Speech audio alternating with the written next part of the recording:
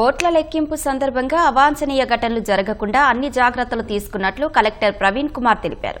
Counting కేంద్రాల్లో వివాదాలకు దిగే ఏజెంట్లను అరెస్టు చేస్తామని ప్రకటించారు. సాయంత్రం 4 గంటల్లోపు తుది ఫలితాలు వెల్లడయ్యే అవకాశం ఉంటుందన్న తిరుపతి జిల్లా ఎన్నికల అధికారితో మా ప్రతినిధి నారాయణప్ప ముఖాముఖి. తిరుపతి జిల్లాలోని 7 శాసనసభ నియోజకవర్గాలతో పాటు తిరుపతి లోక్సభ నియోజకవర్గానికి సంబంధించి జరిగిన ఎన్నికల ఓట్ల లెక్కింపుకు అధికారులు విస్తృత ఏర్పాటు చేశారు. తిరుపతి నగరంలోని పద్మావతి మహిళా విశ్వవిద్యాలయంలో ఓట్ల లెక్కింపు కార్యక్రమం జరగనుంది.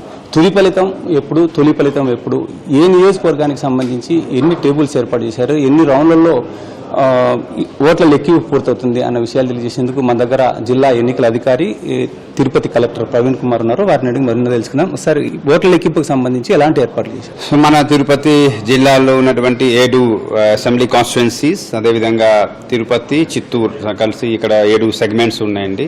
14 కాన్స్టిట్యుయెన్సీ సెగ్మెంట్, పార్లమెంట్ సెగ్మెంట్ సంబంధించి కౌంటింగ్ సంబంధించి ఏర్పాట్లు అన్ని పూర్తి చేయడం జరిగింది.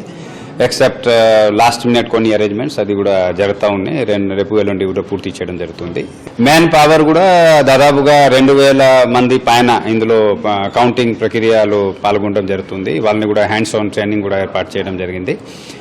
ఆ విధంగా వాళ్ళు కూడా సిద్ధంగా ఉన్నారు. ఎట్టి పరిస్థితిలో జీరో వైలెన్స్ పాలసీతో మేము జిల్లాలో ప్లాన్ చేసుకున్నాము. అంటే ఏ నియోజకవర్గాలకు సంబంధించి మొదటి ఫలితం వచ్చేందుకు అవకాశం ఉంది, ఏ నియోజకవర్గం చివరి ఫలితం వచ్చే అవకాశం ఉంది, నియోజకవర్గాల వారీగా ఏ నియోజకవర్గంలో ఎన్ని రౌండ్లు ఏర్పాటు చేశారు? ఇప్పుడు టు సమ్మిట్ అప్ ఇందులో విడివిడిగా depending on number of polling stations and number of counting tables మనకి టోటల్ రౌండ్స్ మనకి తెలుస్తాయి. కొన్ని కాన్స్టిట్యుయెన్సీ 20 రౌండ్స్ ఉంటాయి, కొన్ని constituency 22 rounds, maximum 22 rounds. 8 o'clock postal ballot counting మొదలు పెడతామండి. 8:30 ఈవీఎం కౌంటింగ్ మొదలవుతుంది.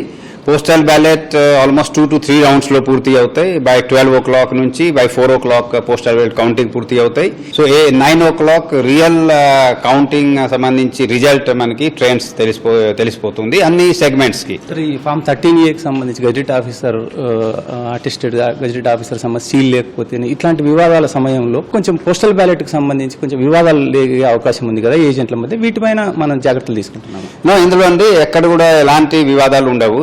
Clear instruction, postal ballot counting ఏ విధంగా చేయాలి, డిక్లరేషన్ ఏ విధంగా చూడాలి, ఏ డిక్లరేషన్ రిజెక్ట్ చేయాలి, రిజెక్ట్ చేసే ముందు ప్రత్యేకంగా చూసుకొని రిజెక్ట్ చేయాలి.